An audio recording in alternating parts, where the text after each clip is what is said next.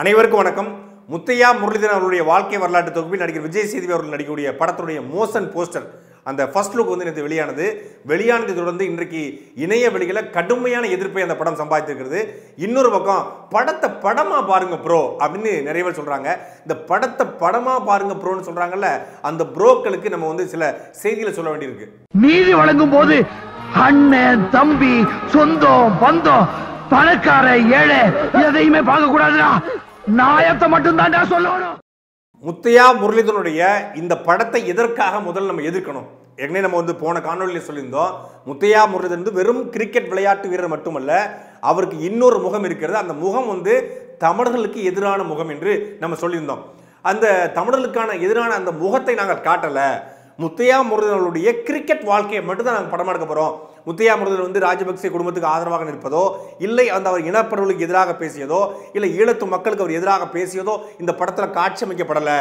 இந்த படத்தில் வந்து அவர் எப்படி சின்ன வயசுலேருந்து வந்து 8 வயசில் கிரிக்கெட் ஆர்வம் அவருக்கு எப்படி வந்துச்சு, எப்படி வந்து அவர் ஸ்பின் பால் பண்ணார், எப்படி வந்து ஆஸ்திரேலிய அணியில் வந்து அவருக்கு எதிராக விமர்சனங்கள் வந்துச்சு, அந்த விமர்சனங்கள்லாம் அவர் மீண்டும் எப்படி வந்தார், எப்படி 8 விக்கெட்டை வீழ்த்தியார், அப்படி அவருடைய சாதனை வாழ்க்கையை மட்டும் தான் படமாக்க போகிறோம். கிரிக்கெட்டை மட்டும் தான் படமாக்க போறோம். நீங்க எதுக்கு அரசியலாக்குறீங்க? படத்தை படமா பாருங்க ப்ரோ என்று சில பேரும் இந்த படத்தை எடுக்கக்கூடிய இயக்குனர் தரப்பு, இந்த இயக்குனர் ஸ்ரீபதி ரங்கசாமி தரப்புல இருந்து சொல்லப்பட்ட செய்தி என்னன்னா, இந்த படம் வந்து முழுக்க முழுக்க முத்தையா முரளிதரனுடைய வாழ்க்கை தொகுப்பு தான். இப்போ கடந்த 10 ஆண்டு காலத்தில் அவருடைய அரசியல் பயணம் குறித்தோ எதுவுமே இருக்காது. அவர் ஓய்வு பெற வரைக்கும் தான் அந்த படத்தில் இருக்கும் என்று சொல்றாங்க. இது எப்படின்னா இருக்கு, கலைஞர் கருணாநிதி அவர்களுடைய வாழ்க்கை வரலாற்றை நாங்கள் எடுக்க போகிறோம். கருணாநிதி பயோபிக். அந்த பயோபிக்கில் வந்து பார்த்தீங்கன்னா, கருணாநிதி வந்து கூவமாத்தில் வந்து சுத்தப்படுத்தன்னு சொல்லி பணத்தை ஆட்டையை போட்டது, அப்புறம் வந்து சர்க்காரிய கமிஷன் வந்து விஞ்ஞான ரீதியாக கருணாநிதி ஊழல் பண்ணுறான்னு சொன்னது, அதெல்லாம் இருக்காது. அதே போல் வந்து கருணாநிதி வந்து போலி உண்ணாவிரத நாடகம் வந்து ஈழ மக்களை ஏமாற்றியது, வழக்கறிஞர்கள் மண்டையை உடைச்சது, அவர் ஆட்சியில் நடந்த மீனவர் படுகொலை, விவசாயிகளை வந்து 1 பைசா கட்டணம் வந்து குறைக்க சொல்லி விவசாயிகள் போராட்டத்துக்காக 11 விவசாயிகளை வந்து சுட்டு கொண்டது, தாமிரபரணி ஆற்றில் வந்து மாஞ்சோலி தேயிலை தொழிலாளர்களை வந்து சுட்டு வீழ்த்தியது, இதெல்லாம் இருக்காது. ஆனா அவருடைய ஆட்சி நடந்த ஊழல் இதெல்லாம் இந்த இதில் இருக்காது. பயோபிக். அவர் எப்படி திருக்குறளிலிருந்து கிளம்பி வந்தாரு, எப்படி வந்து அவர் சாதனை படைத்தாரு, எப்படி வசனம் எழுதி பராசக்தி வந்து வெற்றி பெற வச்சாரு, மனோகரா படத்துக்கு எப்படி வசனம் எழுதினாரு, இது மட்டும் தான் எடுக்க போறோம் அப்படின்னு சொல்ல முடியுமா? அதே போல வந்து ஜெயலலிதாவுடைய பயோபிக் எடுக்க போறோம். அந்த ஜெயலலிதாவுடைய பயோபிக்ல எப்படி வந்து அவங்க கர்நாடகாவிலிருந்து வந்தாங்க, எப்படி தமிழ் சினிமாவுக்கு அறிமுகமானாங்க, எப்படி எம்ஜிஆர் கூட இணைஞ்சாங்க, அதுல சாதனை பண்ணாங்க, அது வரைக்கும் எடுக்க போறோம். அவங்க எம்ஜிஆர் ஜெயலலிதா ஆட்சி காலத்தில் நடந்த ஊழல் குற்றச்சாட்டோ, அவர் மீதான சொத்து குவிப்பு வழக்கோ, அப்போலோ ஹாஸ்பிட்டலுக்கு போய் அவர் வந்து எப்படி மரணம் அடைஞ்சாரோ, அதெல்லாம் நாங்கள் எடுக்க போறது இல்ல. அரசியலா பேச போறது இல்ல. பயோபிக். ஆனா அவருடைய முற்காலம் மட்டும் எடுக்க போறேன்னு சொன்னா எவ்வளவு கேவலமா இருக்குமோ அப்படித்தான் இந்த படமும். முத்தையா முரளிதரனுடைய வாழ்க்கை வரலாறு, ஆனா அதனுடைய முற்பகுதி மட்டும் தான், அரசியல் கருத்து இருக்காது அப்படின்னு சொல்ல முடியுமா? இதை வந்து பழுவேட்டரையர் அப்படிங்கிற ஒரு தம்பி வந்து பதிவா போட்டிருந்தாரு. கருணாவுடைய வாழ்க்கை வரலாற்று எடுக்க போறோம். அது கருணாவுடைய வாழ்க்கை வரலாற்றை எடுக்கும்போது வந்து சமீபத்தில் எடுக்காம விடுதலை புலிகள் இயக்கத்தில் அவர் எப்படி இணைஞ்சாரு, பயிற்சி எடுத்தாரு, எப்படி இயக்கத்துக்கு ஆதரவாக வந்து போர்க்களங்களில் சண்டையிட்டு கிளிநொச்சியை மீட்டு எடுத்தாரு, அதை மட்டும் எடுக்க போறோம். ஆனா அவர் செஞ்ச துரோகங்கள் எடுக்க மாட்டோம் அப்படின்னு சொன்னா எவ்வளவு கேவலமா இருக்குமோ அப்படித்தான் முத்தையா முரளிதரனுடைய கிரிக்கெட் வாழ்க்கையை மட்டும் நாங்கள் எடுக்க போகிறோம் என்று சொல்வதும் மிக கேவலமா இருக்கும். முத்தையா முரளிதரனுடைய கிரிக்கெட் வாழ்க்கை என்பது ஒரு வெற்றிகரமான வாழ்க்கையே இருக்கலாம். ஆனா முத்தையா முரளிதரன் இன்னைக்கு பச்சை ஒரு அரசியல்வாதி, அதுவும் இலங்கை ராஜபக்சேவுடைய கைக்கூலியாக, ராஜபக்சேவுடைய அடியாளாக செயல்படக்கூடிய ஒரு அரசியல்வாதி. அவர் என்ன அப்படி அரசியல்வாதிட்டார்? அவர் இன்னும் அரசியல் கட்சியில் இல்லை, அவர் இன்னும் பாராளுமன்ற வேட்பாளர் கிடையாது, எந்த பொறுப்புலையும் இல்லை, அவரை போய் அரசியல்வாதின்னு சொல்றீங்க அப்படின்னு நீங்க கேட்கலாம். முத்தையா முரளிதரனுடைய சொந்த தம்பி பிரபாகரன் முத்தையா ஸ்ரீலங்காவில் இருக்கக்கூடிய மஸ்கேலிய தொகுதியின் பாராளுமன்ற வேட்பாளர், 2019 நாடாளுமன்ற தேர்தலுடைய பாராளுமன்ற வேட்பாளர். எந்த கட்சியின் பாராளுமன்ற வேட்பாளர்?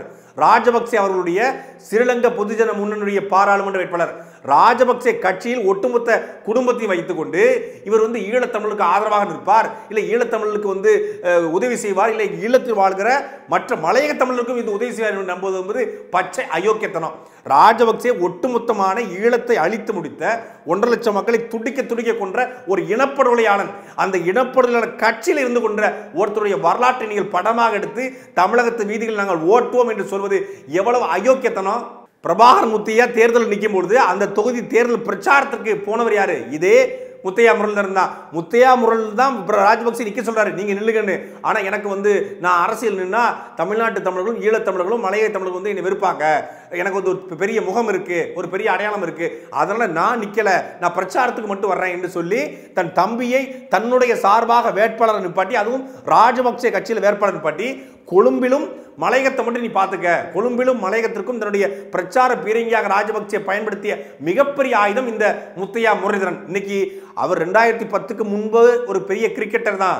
ஆனால் 2010 இந்த 2020 வரை அவர் ராஜபக்சேவுடைய ஒரு மிகப்பெரிய பிரச்சார பீரங்கி, கொள்கை பரப்பு செயலராக தான் இலங்கையில் இருக்காரு. அது ஒரு கிரிக்கெட் முகம், அதுக்கு தெரிந்த முகமா இருப்பதனால பிரச்சார பீரங்கியை பயன்படுத்துறாங்க. தான் செய்த தவறுகளை மறைக்க, தன்னுடைய ஊழல் குற்றச்சாட்டை மறைக்க, தான் செய்த கொலைகளை மறைக்க ராஜபக்சே பயன்படுத்துகிற தமிழ் முகம் தான் முத்தையா முரளிதரன். ஆனா அவர் படத்தை நாங்க எடுக்கிறோம், கிரிக்கெட் வாழ்க்கையை மட்டும் எடுக்கிறோம் சொல்றது எவ்வளவு கேணத்தனம். எங்களை எவ்வளவு தாண்டா எங்களை ஏமாத்துவீங்க? தன்னுடைய தம்பி வந்து தேர்தல் நிற்கிறாரு, அதனால பிரச்சாரத்துக்கு முத்தையா முரளிதரன் போயிருக்கலாம், அதனாலே அவர் வந்து ஈழத் துரோகி தமிழ் துரோகி ஆயிடுவாரா என்று நீங்கள் கேட்கலாம். அவர் அதோட நிப்பாட்டல, பிரச்சாரத்துக்கு போறதோட நிப்பாட்டல. அந்த பிரச்சாரத்துக்கு போகிறதுக்கு முன்னாடி ராஜபக்சே குடும்பத்தோடு விருந்து நடக்கு, அந்த விருந்துல கலந்துக்கிட்டு ஒரு பேட்டி கொடுக்குறாரு. அந்த பேட்டி சொல்றாரு, 2009 ஆண்டு தான் என் வாழ்வின் மகிழ்ச்சியான ஆண்டு சொல்றாரு. இதை சொல்ல உங்களுக்கு வந்து அருவருக்கலையா? கேவலமா இல்ல முத்தையா முரளிதரன்? கேவலமா இல்ல? We as a Tamil lived with fear. The greatest day I thought is 2009 in my life. I thought in this country we can go without fear. அதே போல சொல்றீங்க, ஒரு தமிழனாக எங்களுக்கு நிறைய பயம் இருந்தது. 90கள் காலகட்டத்தில் வந்து நான் பாராளுமன்ற தெருவுக்கு போகாம சுத்தி தான் போவாங்க. ஏன்னா பாராளுமன்றத்தில் வந்து எப்பனாலும் வந்து அவங்க குண்டு போட்டக்கூடாது, தாக்குதல் நடத்திடக்கூடாதுங்க, நாங்கள் பயந்து போயிடணும்னு சொல்றீங்க. I used to go when he was practices, right? When in 90s I'm talking. I used to live in 97, 98 that time, live in Palavatta. I never take the Parliament road. I know any time a bomb can go to a politician. We used to go round everything. So even Colombo lived with fear. இதுவரைக்கும் விடுதலை புலிகள் இயக்கத்தால ஒரு முறையாவது பாராளுமன்றத்துல அந்த பாராளுமன்ற பகுதிகளில் குண்டு போடப்பட்டிருக்கா? விடுதலை புலிகள் எத்தனையோ தாக்குதல் நடத்திருக்காங்க. ஆனா பொதுமக்களை வந்து திட்டமிட்டவங்க கொண்டது கிடையாது. ஒரு குண்டுவெடிப்பு தாக்குதல் நடத்தும் போது அங்க இருக்கிற யாராவது ஒருத்தர் இறந்திருக்கலாம். ஆனால் மக்களை டார்கெட் பண்ணி இதுவரைக்கும் விடுதலை புலிகள் ஒரு தாக்குதலை கூட நடத்தி கிடையாது. ஆனா சிங்கள ராணுவம் திட்டமிட்டு பொதுமக்களை கொத்து கொத்தா கொண்டது. பொதுமக்களுடைய பள்ளிக்கூடங்களை, மருத்துவமனைகளை, என் கோவிலை, வழிபாடுகளை திட்டமிட்டு கொண்டாங்க. ஆனா விடுதலை புலிகள் இதுவரைக்கும் அப்படி ஒரு சம்பவத்தை ஈடுபடுத்தே கிடையாது. ஆனா பச்சை அயோக்கியத்தனமாக ஒரு பொய்யான கருத்தை பரப்ப பாராளுமன்ற பகுதியில் வந்து விடுதலை புலிகள் அச்சம் இருந்தது என்று சொல்றீங்க. உங்களுக்கு உண்மையிலே இது யாருடைய கருத்து? இந்த கருத்து முழுக்க முழுக்க சிங்கள ராணுவத்துடைய ராஜபக்சேவுடைய கருத்தை அப்படியே சொல்றீங்க. அப்படி சொல்ற உங்களுடைய படத்தை நாங்கள் எப்படி ரசிக்க முடியும், எப்படி கொண்டாட முடியும்? முதல்ல முத்தையா முரளிதரன் என்னைக்கு தமிழராக இருந்திருக்காரு? முத்தையா முருகன் பிறப்பால் தமிழராக இருக்கலாம், திருச்சியை பூர்வீகமாக கொண்டு மலையக பகுதியில் வாழ்கிற ஒரு தமிழராக இருக்கலாம். இங்கே பல பேருக்கு குழப்பம் இருக்குன்னா, அது என்ன மலையக தமிழர், அது என்ன ஈழத்தமிழர் அப்படிங்கிற பல குழப்பம் இருக்கு. நான் என் நண்பர்கள் சொல்லும் போதுனாங்க, எல்லாருமே வந்து தமிழ்நாட்டிலேருந்து போனவங்க தானே. ஈழத்தமிழர்களே இன்னும் தமிழ்நாட்டு பல பேருக்கு வரலாறே தெரியல. ஈழத்தமிழர் என்பவர்கள் அங்கே பூர்வமாக கொண்ட தமிழ்நாட்டில் எப்படி நம்ம பூர்வீகமாக வாழ்கிறோமோ அப்படி ஈழத்தமிழர்கள் பூர்வீகமாக வாழ்கிறாங்க. மலையக தமிழர் என்பவர்கள் பிரிட்டிஷ்காரன் காலத்தில், வெள்ளக்காரன் காலத்தில் இங்கிருந்து பிழைப்பதற்காக, உழைப்பதற்காக போகிறாங்க. அவங்க தான் மலையக தமிழர். அப்படி போன ஒரு குடும்பம் தான் முத்தையா முரளிதரன் குடும்பம். அப்படி போன குடும்பம் இன்னைக்கு முத்தையா முரளிதரன் ஒரு பெரிய கிரிக்கெட்டராக மாறிக்காரு. அதில் ஒரு குறிப்பு சொல்லுது, முத்தையா முரளிதரன் வந்து இங்கிருந்து போய் ஒரு மலையக தமிழராக இருந்து சிங்களர்கள் வந்து அவரை வந்து ஏற்றுக்கிட்டு, ஒரு தமிழராக இருந்தாலும் அவரை ஏற்றுக்கிட்டு அவரை உயரத்துக்கு வச்சிருக்காங்களே, நீங்கள் அதையே பாராட்டக்கூடாது, அவரையே எதுக்குறீங்க? சிங்களர்கள் உயரத்துக்கு கொண்டு போயிட்டதுனால வந்து ஒரு தமிழர் நம்ம கொண்டாட முடியுமா?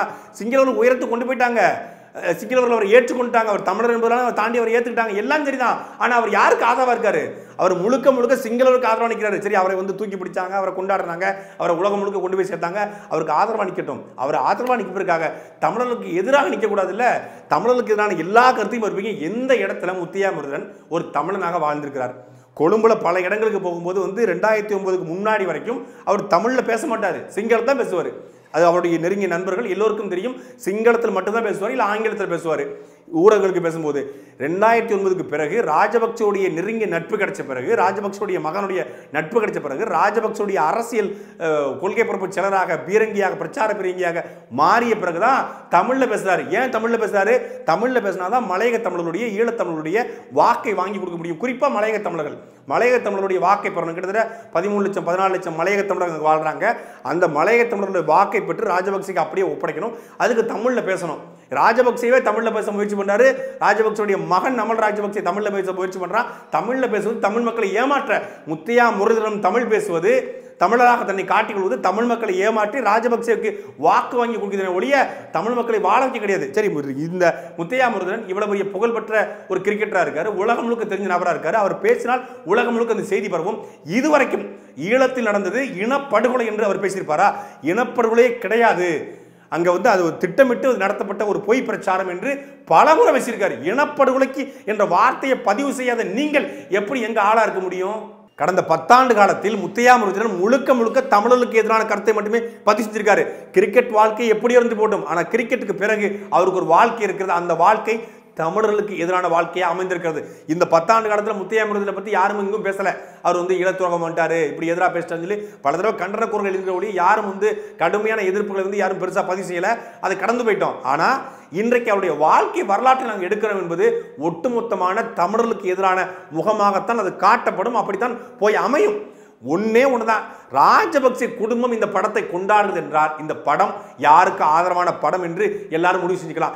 இவ்வளவு எதிர்ப்புகளை மீறி விஜய் சேதுபதி இந்த படத்தில் நடிக்க சம்மதிச்சு இன்னைக்கு டிஸ்கஷன் பேச்சு. அதுக்கு பேசப்பட்ட தொகை இதுவரைக்கும் விஜய் சேதுபதிக்கு கொடுக்கப்படாத சம்பளம் இந்த படத்தில் கொடுக்கப்பட்டிருக்கு. கிட்டத்தட்ட 50 கோடி ரூபாய். இதுவரைக்கும் அவருடைய மார்க்கெட் 25 கோடி 30 கோடிக்கு வாங்கி கொண்ட சம்பளம் இந்த முதல் முறையாக இந்த படத்தில் 50 கோடி ரூபாய். ஏன்? இந்த படத்தில் நிறைய ரிஸ்க் இருக்கு.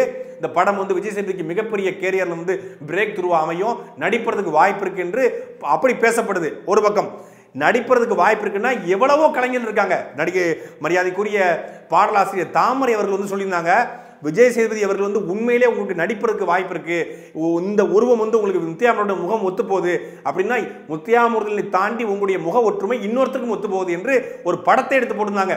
அந்த படத்தில் அவருடைய வாழ்க்கை வரலாற்றை நடிக்க நீங்கள் சம்மதமா என்று கூட அவங்க கேட்டிருந்தாங்க.